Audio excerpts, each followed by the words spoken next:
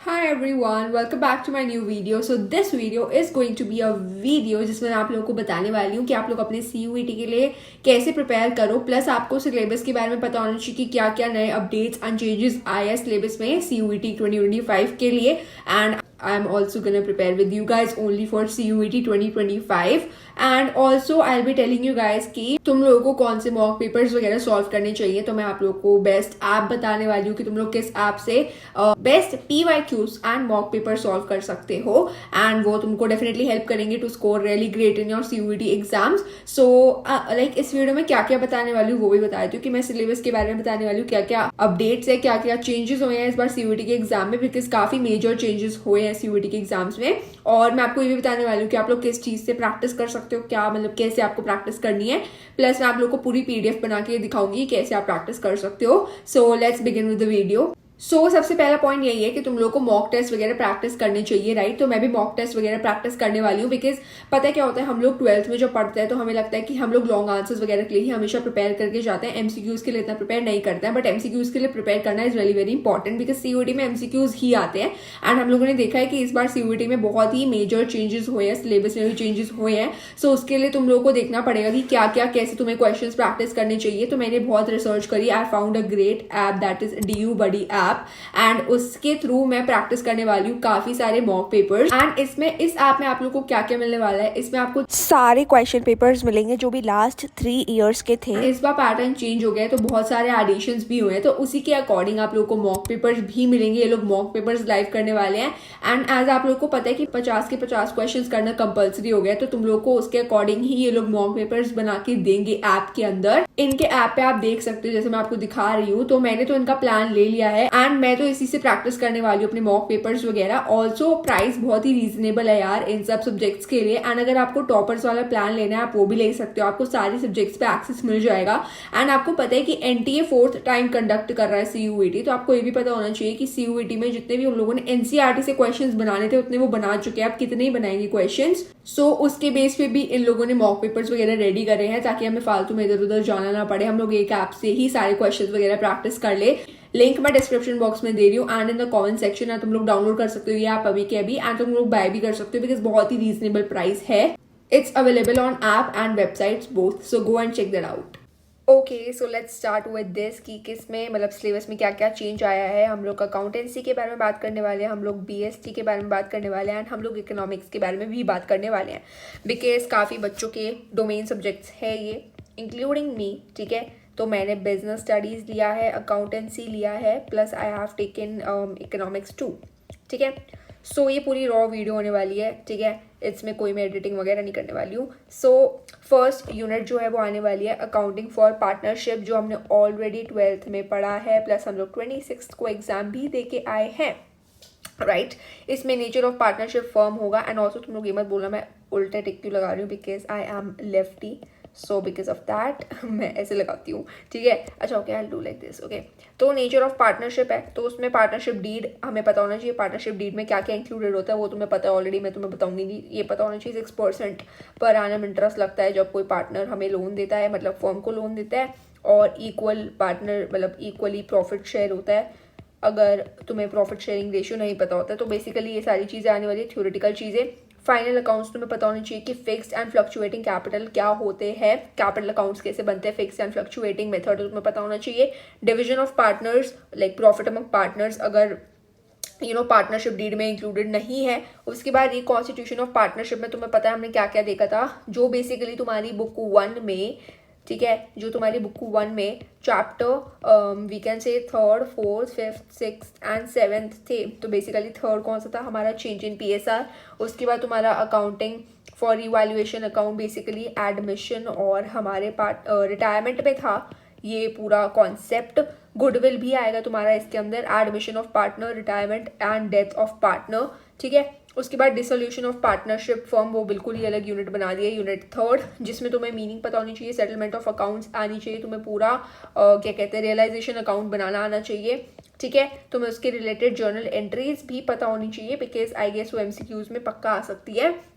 उसके बाद यूनिट 4 में क्या क्या इंक्लूडेड है, company accounts basically accounting for shares and debentures, जो बेसिकली हमारी पूरी बुक 2 है, ठीक है, जिसके अंदर हमारा शेयर्स और डिबेंचर्स वाले पूरे चैप्टर से तुम देख सकते हो। तो इनके ऑब्वियसली तुम्हें लाइव सेशंस मिल जाएंगे यार, ठीक है, यूट्यूब पे। तो इसमें आज सच कोई बहुत बड़ी बात है नहीं। तो शेयर कैपिटल तुम्हें पता होना चाहिए, meaning, nature and types. Basically तुम्हें इन सब चीज़ के बारे में ना थियोरिटिकल नॉलेज भी होनी चाहिए, ठीक है, because we have already studied the practical part and we have already given the exam of it. So हमें उसके बारे में ज़्यादा नॉलेज है, लेकिन थियोरिटिकल बारे में भी पता होना चाहिए। अगर तुम्हें इसके बारे में नॉलेज नहीं है तो तुम लोग MCQs like most of the MCQ solve नहीं कर पाओगे, बिकॉज उसके अंदर थियोरिटिकल चीज़ें आएंगी। अकाउंटिंग फॉर शेयर कैपिटल के अंदर तुम्हें ऑफकोर्स यारी सारी चीज़ें पता होनी चाहिए, issue and allotment, forfeiture issue and issue at premium, par, discount, calls in advance, calls in arrear, and तुम्हें बेसिकली इन सबकी जर्नल एंट्रीज भी आनी चाहिए, क्योंकि इसमें प्रैक्टिकल क्वेश्चन आएगा ही आएगा, ठीक है। उसके बाद presentation of shares in companies balance sheet में कहाँ पे क्या होता है तो तुम्हें पता होना चाहिए कि लाइक जो तुम्हारी पूरी बैलेंस शीट है तो तुम्हारा जो उसमें इक्विटी एंड लाइबिलिटी होता है उसके अंदर तुम्हारा क्या कहते हैं, नॉन करंट नहीं, शेयर होल्डर्स फंड में आता है तुम्हारा शेयर कैपिटल के अंदर। एंड वो फीचर को बेसिकली हम लोग माइनस करते हैं, उसकी अमाउंट मतलब अमाउंट को प्लस करते हैं, शेयर्स को हम लोग माइनस करते हैं, और री इशू के टाइम पे हम लोग क्या करते हैं उसको, बेसिकली मैं तुम्हें समझाना नहीं चाहती पूरी चीज़, बट इट्स लाइक प्रेजेंटेशन वगैरह आनी चाहिए बैलेंस शीट की, एंड इशू ऑफ डिबेंचर्स तुम्हें पूरा आता ही है, प्लस तुम्हें कंसिडरेशन अदर देन कैश ज़्यादा आना चाहिए, क्योंकि ये मोस्ट इंपॉर्टेंट टॉपिक है डिबेंचर्स में से, ठीक है। उसके बाद एनालिसिस ऑफ फाइनेंशियल स्टेटमेंट्स। अब बच्चों के पास या तो फाइनेंशियल स्टेटमेंट्स वाला होता है पार्ट, या फिर कंप्यूटराइज्ड अकाउंटिंग होती है, तो इट डिपेंड्स ऑन यू आप लोग के पास क्या है, ठीक है। तो एनालिसिस ऑफ फाइनेंशियल स्टेटमेंट्स में हम लोगों ने ऑलरेडी पढ़ ली है सारी चीज़ें कि फाइनेंशियल स्टेटमेंट्स क्या होती है, रेशियोज क्या होते हैं, कैश फ्लो स्टेटमेंट क्या होती है, ठीक है, CFS, एंड हम लोगों ने ये भी देख ली कि कंपैरेटिव स्टेटमेंट क्या होती है।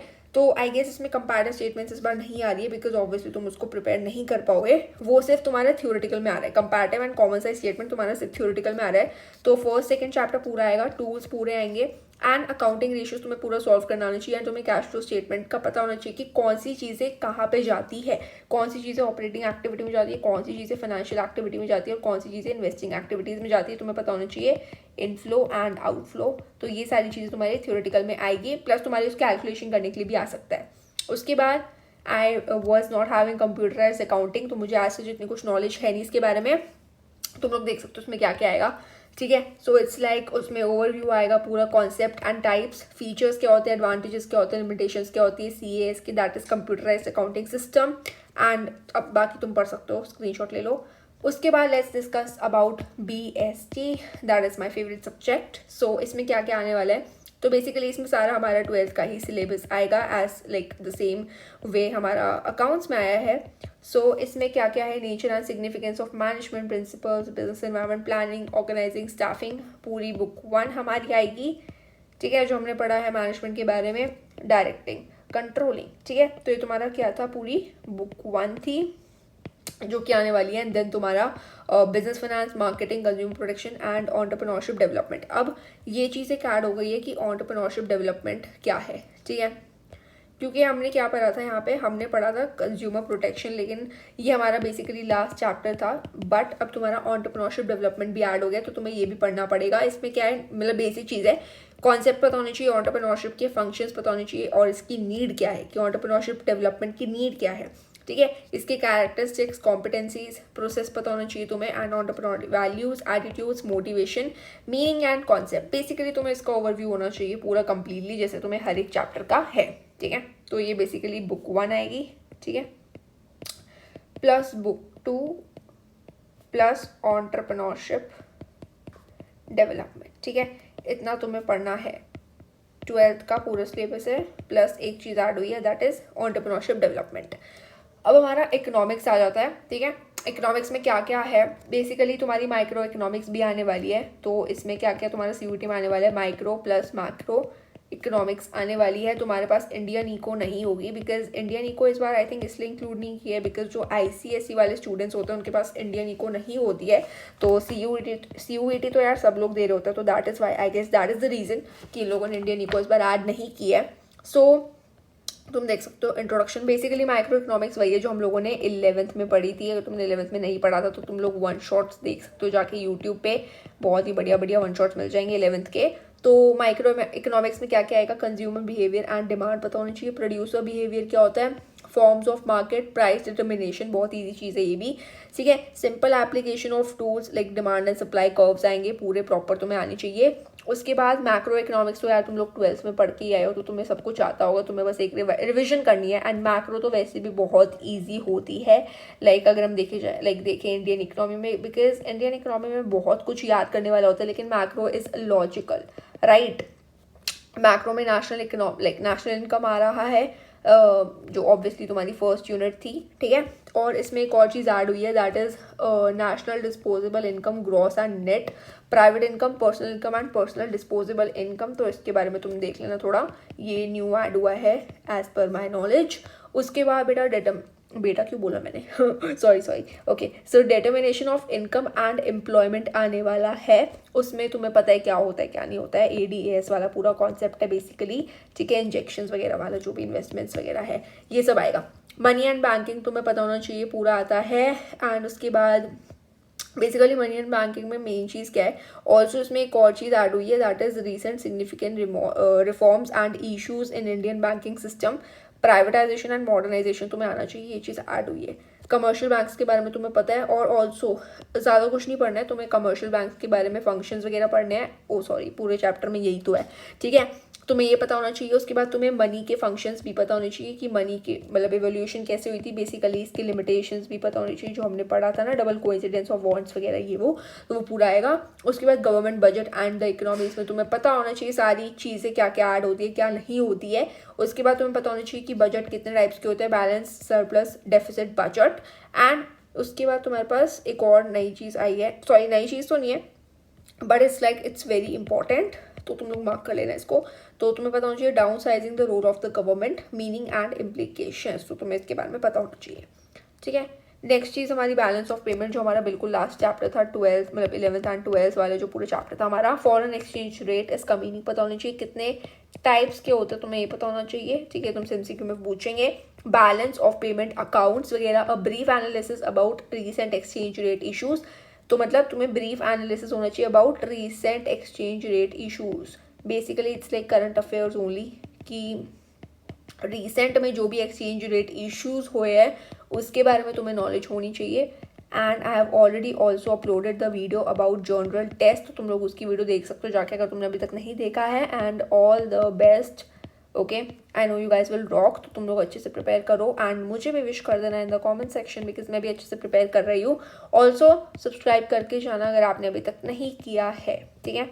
Okay bye. Okay, so I hope अब आप लोगों को पता चल गया होगा कि सिलेबस में क्या क्या अपडेट्स एंड चेंजेस वगैरह है। एंड आई नो आप सब लोगों ने लाइक प्रिपेयर करना भी स्टार्ट कर दिया होगा, even I have started my preparation, and तुम लोगों को मेरे मिनी ब्लॉग्स वगैरह में दिख जाएगा, ठीक है। एंड यार अगर अब प्रिपेयर करना स्टार्टिंग करेंगे तो कब करेंगे, एक तो कॉम्पिटिशन भी इतना बढ़ चुका है भाई साहब, और एक तो ये भी कि 50 के 50 क्वेश्चन अटेम्प्ट करने हैं इस बार, हम लोग छोड़ भी नहीं सकते, तो हमारी नेगेटिव मार्किंग होगी। So we have to be sure about कि हम लोग क्या कर रहे हैं क्या नहीं कर रहे हैं। सो अच्छे से प्रिपेयर करना, prepare well, and do subscribe my YouTube channel if you haven't yet. सारे अपडेट्स वगैरह इंपॉर्टेंट चीजें सब मेरे चैनल पे आने वाली continuously, and I am making so many videos for you guys. मैं हर चीज पे वीडियो बनाने का ट्राई कर रही हूँ। सो stay tune on my channel, notification वाला मतलब जो बेल आइकन होता है ना उसको क्लिक कर देना ताकि तुम्हारे पास नोटिफिकेशन आ जाए। And do subscribe my channel. I meet you guys in my next video जो कि कल आने वाली है, so stay tune for that also. And yeah bye.